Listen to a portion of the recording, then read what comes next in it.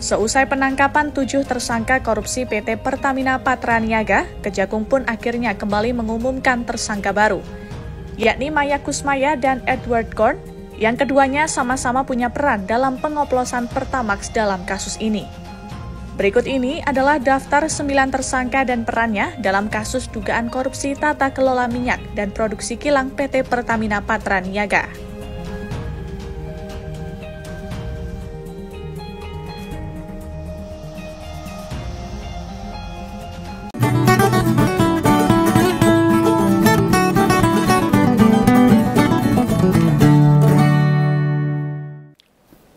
Sampai hari ini Om Begawan masih gemes ini sama peristiwa pengoplosan Pertalit menjadi Pertamax. Ya, mengapa hari ini ngompol masih pengen nguplek-nguplek perkara BBM oplosan tadi? Yang di episode kemarin wis tak angkat. Ya, karena kemarin memang fokusnya membedah pernyataan Presiden saja. Dan membuktikan dengan alur logika ala Om Begawan, ben pecinta ngompol ngerti, serta bisa menilai posisi Pak Prabowo di kasus korupsi kayak gimana sebagai presiden, sebagai kepala negara. Nah, presiden lebih suka beraktivitas lain, nutup retreat di Magelang, ngomong-ngomong di depan para kepala daerah, atau fokus memikirkan tentang masalah korupsi yang ugal-ugalan ini. Nah, tingkat kepedulian petinggi negeri ini memang beneran wis sangat mengkhawatirkan. Ini menurut analisa Om Begawan loh. Atau malah ya sudah, lupakan saja mereka. Nah, Presiden malah asik dengan kegiatannya sendiri. Wis tidak mau mikir rakyat. Ya, engkau dipikirkan lagi lah. Kalau mau masuk Pilpres mungkin ya. Kalau mau butuh dukungan baru. Nah, sekarang kita bedah yang lain aja. Yang kemarin belum sempat tak angkat, ini mau kita bedah. Yang terus-menerus mesti tak ingatkan, ini kasus super Edian gendeng Binedian ini. Ngerampok duit atau jatah buat mensejahterakan rakyat secara ugal-ugalan tanpa rasa peri kemanusiaan. Nah, rupanya kerugian akibat ngoplos BBM ini tembus 986,5 triliun, hampir 1.000 triliun. Besarannya 33% dari APBN. Yang beneran susah tak pahami ya kayak gini nih. Pejabat atau petinggi negara belas tidak ada satupun yang izin, yang merasa malu atau merasa marah, tersinggung, emosi sama hal yang begini itu belas. Orang presidennya, orang wakilnya, menteri ESDM, menteri BUMN, menteri keuangan dan lainnya sepertinya orang gagas, tidak merasa malu. Wah, itu kalau di Jepang mundur bareng itu. Kalau kesalahannya terlalu tingkat dewa ya harakiri. Nah, ini di Indonesia beda, mereka malah joget-joget kok ketika rakyat menderita. Ibarat kita yang sudah berkeluarga, lalu ada yang ngekos nyuri simpanan atau tabungan.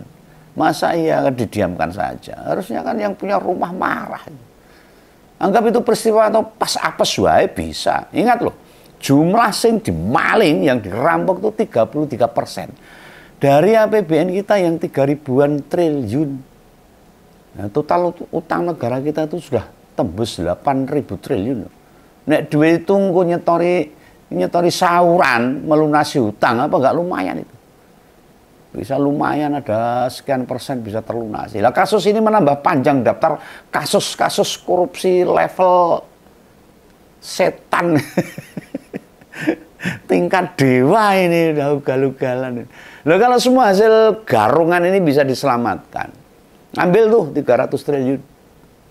Kembalikan lagi pada kementerian lembaga yang sempat kena pemangkasan anggaran. Supaya para pembantu presiden kembali bisa menjalankan kementeriannya dengan baik. Dan rakyat bisa disejahterakan. Loh, kasus ngoplos bahan bakar kendaraan ini, nek Om Begawan wis wegah nyebut korupsi, nah loh ini enggak. Levelnya lebih undugal atau berangasan dari seorang koruptor. Di atas koruptor ini sudah. Ibarat kita gajian atau dapat honor ya sebesar 10 juta. Potongan itu 3,3 juta. Nah, piye rasanya? Masa sih duit dimaling segede itu pejabat nganteng-nganteng saja. Nggak ada yang merasa sedih atau merasa empati dengan peristiwa ini. Atau misalnya kita punya usaha nih, berdagang misalnya. punya gerobak es teh jumbo gede. Pada hari dimana kita mau pulang, bawa duit dari hasil dagang itu 1,5 juta.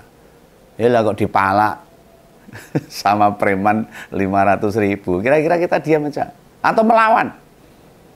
Nah, kasihkan duit yang diminta sambil senyum, atau kita ajak kelai aja tuh.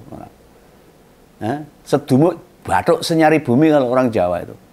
Dibelani mati. Atau hanya diberikan saja dengan senyum. Dan setelah Umbagawan banyak baca-baca tentang informasi Pertamax oplosan ini, jebul kemungkinan saya dioplos itu dudu Pertalite. Melainkan premium loh. Loh. Kan lebih murah lagi tuh. Bukankah premium wis gak dijual tuh sama Pertamina itu? Nggak ada sudah. Jarang. Level kegilaan para pelaku ini memang wis itu tingkatnya tingkat dewa, sundul langit itu.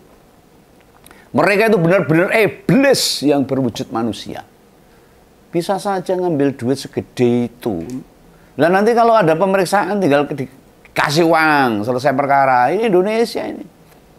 Nah, PT Pertamina Patraniaga, di mana kasus ini terjadi, adalah anak perusahaan Pertamina yang memang punya tugas impor BBM. Sebab kebutuhan dalam negeri memang belum bisa dipenuhi dari kilang-kilang minyak kita sendiri. Ini bukan sebuah aktivitas atau kegiatan yang baru dimulai loh. Memang wis tugas Patraniaga ini. Yang lagi bikin penasaran Umbagawan. Kok baru di tahun 2018 mereka kepikiran mendatangkan BBM RON 88 ini. Ini beneran gagasan internal atau petinggi Patraniaga sendiri? Apa ada yang memerintahkan? Maksudnya gini loh, kalau belum paham. Mereka itu kan hanya operator lapangan.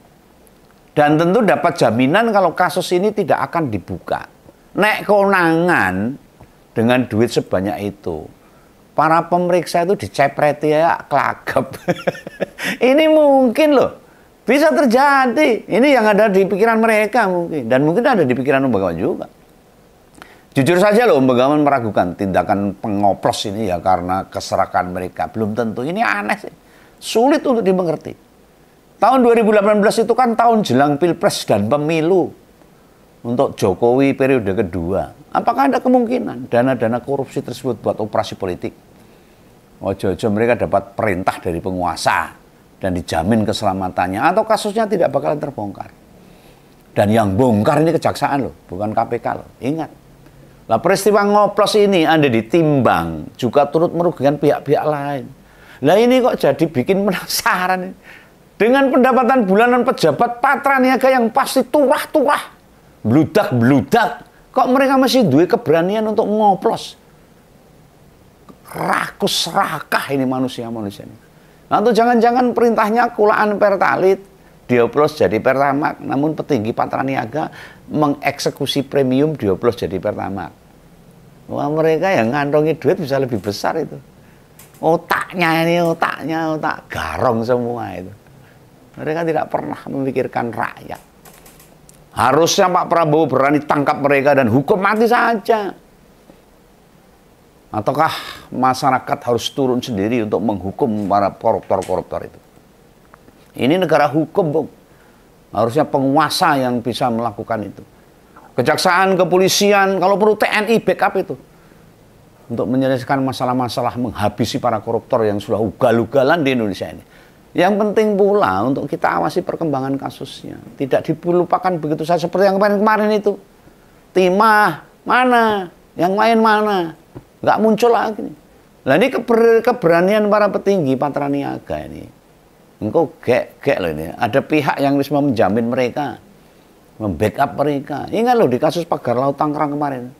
Masa petugas ATR BPN berani melanggar undang-undang aturan buat menerbitkan sertifikat di atas laut? Kan nggak masuk akal itu. Nah, di kasus Pagar Laut, Arsin, kepala desa Kohot, dan salah satu stafnya sudah dijatuhi hukuman denda oleh KKP. Membayar 48 miliar. Yang mengejutkan duit semono itu disagui loh sama mereka. Artinya korupsinya mereka lebih dari itu. Suap mereka lebih dari itu hasil suapnya. Loh kira-kira mungkin Arsin dan staf desa yang didenda itu punya duit? Berapa banyak sih mereka punya duit? Gajinya berapa sebagai kepala desa dan staf? Tembus puluhan miliar loh dia sanggupin. Kok Begawan ragu? Siapa yang ngebantu mereka? Nyepai duit semono akeh itu. Ini kok feelingnya itu mirip-mirip sih. Ada yang ngejamin mereka. Makanya mesti risikonya gede. Tetap dijalankan. Mereka berani karena ada yang backup. Ini bisa jadi loh, malah para pelaku mendapatkan tekanan, intimidasi, ancaman, sehingga terpaksa nuruti perintah ngoplos Pertamax. Ya bisa. Karepe penguasa ya bisa. Masyarakat kan akhirnya kan menilai sendiri-sendiri, punya pikiran sendiri-sendiri, menganalisa sendiri-sendiri. Lalu tujuannya untuk apa? Ya pihak yang berada di balik layar ini ya garong duit, selisih itu dari selisih harga itu. Digarong semua dan nilainya ratusan triliun. Loh, entah memang hanya numpuk kekayaan atau gue operasi politik. Coba nanti kejaksaan. Ini saya dorong kejaksaan untuk tetap kredibel, tetap kuat, jujur, tanpa ada tekanan. Dan bisa mengamankan uang yang terlancar. Sampai berapa triliun. Sisanya wis gue operasi apa saja. Ngeri ya cara hidup pejabat-pejabat kita tuh. Nggak punya malu. Hebat nggak ini? Zaman Orde Baru aja nggak seperti ini. Ini kacau, ugal-ugalan ini. Loh, yang masih tak pikir-pikir nih, setahun itu kerugian negara tembus 193,7 triliun. Itu setahun. Anda beneran rugi segitu, beneran duitnya hanya muter di para petinggi Patraniaga saja. Kira-kira para petinggi Patraniaga ini cara nyimpen duitnya gimana itu dengan sebanyak itu? Kalau di PPATK kan konangan itu kalau di bank. Apa ora jantungan kalau nyimpen di rumah tuh. Anggap sajalah nanti perkembangan kasus jadi nyeret total 19 tersangka. Berarti per orang tiap tahun pegang 10 triliun masuk ke kantong mereka. Wah, ini masuk akal dan kayak gitu ini. Mau disimpan di mana duit segitu itu? Itu langsung dicekut sama penegak hukum nanti. Kalau sampai berani loh. Dipecah puluhan atau ratusan rekening pun jelas akan ketahuan. Lawang 10 triliun itu 10.000 miliar loh. Artinya apa? Begawan ngomong begini. Beneran duit itu mengalir hanya seputar petinggi Patraniaga toh, yang jumlahnya 19 orang. Kelihatannya nggak mungkin dengan uang segitu banyaknya itu. Perusahaan rekanan dan pihak-pihak tertentu. Beneran pejabat Pertamina nggak ada yang kecepretan dari duit ini. Atau bahkan penguasa-penguasa. Bahkan kementeriannya. Akhirnya kan masyarakat punya penilaian sendiri, punya tuduhan sendiri kepada para pejabat-pejabat garong uang rakyat ini. Kita tunggu aja bagaimana PPATK mau menjelaskan perkara ini. Soalnya dia ngerti tuh aliran dananya kemana, dari sana ke sini, tahu jelas. Ingat loh, kasus mengoplos premium dijual Pertamax ini terjadi sejak tahun 2018. Duitnya yang nerima siapa saja itu, atas nama siapa rekening pengumpulnya. PPATK tahu. Soalnya gini, rekening pengumpul itu sumber untuk melacak siapa yang punya, siapa yang bola-balik ke situ, aliran dananya kemana saja dan buat keperluan apa, komplit, harusnya gampang. Kalau mau, kalau sama-sama kena, sama-sama dicepreti ya mandek kabeh, akhirnya mereka kaya raya dan rakyat disengsarakan. Apakah pejabat-pejabat negara blas raeneng sing nombo atau menerima duit ini? Ayo kejaksaan ini. Usut sampai semua pihak yang mendapat ketransparan. Tolong TNI untuk backup kejaksaan. Karena masyarakat kelihatannya sudah mulai nggak percaya sama aparat kepolisian. Ya buktikan aparat kepolisian bisa backup juga pihak-pihak kejaksaan. Supaya kepercayaan masyarakat makin naik pada lembaga kepolisian ini. Atau apapun bentuknya. Siapa yang terlibat, tangkap saja. Bisa jadi ada partai atau petinggi partai melu dapat jatah, ya sikat sekalian. Nggak usah takut-takut. Ya siapapun mereka, termasuk bila ada petinggi dari partai Golkar, Demokrat, PDIP, siapapun lah yang memperoleh borgol saja. Ya kadang Begawan tuh mikir, kok perilaku para koruptor itu melebihi kelakuan hewan. Hewan buas malahan, bahkan sekelas setan kalah ngawurnya. Mungkin di Indonesia setan-setan itu pada pensiun semua. Leren kabeh. Delok pulai orang-orang yang ternyata lebih setan daripada setan itu sendiri. Yang sulit diterima logika ini. Kok yang ungkap kejahatan ini malah kejaksaan loh, bukan KPK loh. Kelas kasusnya KPK nih harusnya. Ini tingkatannya remeh-temeh. Malah KPK ngurusin perkara Pak Hasto. Apaan tuh KPK? Bubarkan saja. Berkali-kali Om Begawan mengusulkan untuk KPK dibubarkan. Karena kejaksaan ternyata sudah bisa melaksanakan apa yang menjadi tugasnya. Lah opo singkatannya KPK nek wis berubah itu. Jadi Komisi Pengaman Kekuasaan. Ini plesetan loh. Apa gak malu tuh para pemimpin KPK kalau sampai masyarakat menyebut begitu. Yang kalah sama keberanian aparat kejaksaan. Dan kejaksaan itu anggarannya kecil karena dia hanya ASN aja. Beda dengan KPK. Begawan angkat topi, kasih penghargaan setinggi-tingginya atas keseriusan kejaksaan. Berhasil mengungkap kasus ini. Tolong Pak ST Burhanuddin Jaksa Agung. Lalu para jaksa muda harus dikawal semua sama pasukan khusus. Minimal ada 2 orang. TNI harus backup. Kasus segede gini nek mereka gak dikawal, hatiku ini sebagai rakyat gak tekan ini, gak girisi loh. Masukkan saja buat kejaksaan, segera kirimkan permohonan blokir rekening buat para pelaku itu, supaya gak dibuat nyari perlawanan, bayar preman-preman buat membahayakan petinggi-petinggi kejaksaan. Lah mendasarkan informasi yang tak baca, Dirut atau Direktur Utama Patraniaga, gaji tiap bulannya itu wis gede banget loh. 1 bulan tembus 1,8 miliar. Kurang opo, itu baru gajinya tuh, belum tunjangannya, fasilitas dan tetek bengek lainnya. Rakus memang para pejabat-pejabat Patraniaga ini. Nah dengan pendapatan 1,8 miliar tiap bulan, mereka merupakan petinggi BUMN loh, yang menerima bulanannya tertinggi loh. Di antara petinggi-petinggi BUMN dan BUMN yang lain loh.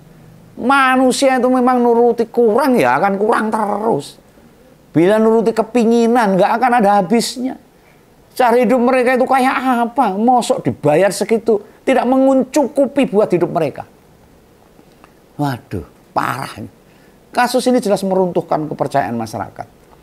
Di mana di saat yang sama rakyat kita dapat 10 atau 20 ribu sebulan, susahnya setengah mati. Lihat tuh, hari ini Sritek, produksi tekstil terbesar di Asia Tenggara ditutup. 8.400-an karyawan di PHK. Mulai menandatangani pemutusan hubungan kerja. Kerugian negara atas oplosan BPN buat nutup utang Sritek atau berbagai perusahaan lain itu bisa menyelamatkan nyawa berapa puluh ribu, ratusan ribu nyawa para karyawan. Lalu para pelaku atau mereka yang terseret di kasus oplosan harus dihukum seberat-beratnya. Terbongkarnya kasus-kasus begini makin nambah deretan panjang yang membebani negara dan menyengsarakan rakyat. Lah uniknya nggak ada satupun pejabat kita merasa malu, isin merasa dikhianati, atau ada rasa kecewa yang gede, terus menyatakan mundur. Itu kalau punya idealisme, kredibilitas sebagai pejabat yang bertanggung jawab. Mau dicontoh tuh di Cina, di Korea, di Jepang. Pejabat yang sedang diduga terlibat kasus besar pasti langsung mundur, malu mereka. Om Begawan pengen protes ke Menteri BUMN, Pak Erick Thohir. Kan BUMN masang slogan akhlak. Apa itu? Itu jargon hanya berhenti di tulisan. Hanya untuk kantor-kantor BUMN saja. Sekedar tulisan hashtag stop. Tapi akhlaknya tidak ada. Tidakkah slogan akhlak itu mampu meresap di batin para petinggi BUMN? Tandanya slogan itu ya hanya sebatas kata. Tulisan saja, omon-omon belaka, tidak benar-benar mencerminkan agar perilaku semua pegawai BUMN harus menjaga akhlak beneran. Para koruptor harus dihukum berat. Penguasa, Pak Prabowo, kejaksaan, kepolisian, TNI harus bersatu padu untuk habisin semua karung-karung uang rakyat ini. Ini pesan Om Begawan. Salam Begawan, salam ngompol. Sampai jumpa. Jangan lupa subscribe. Dadah.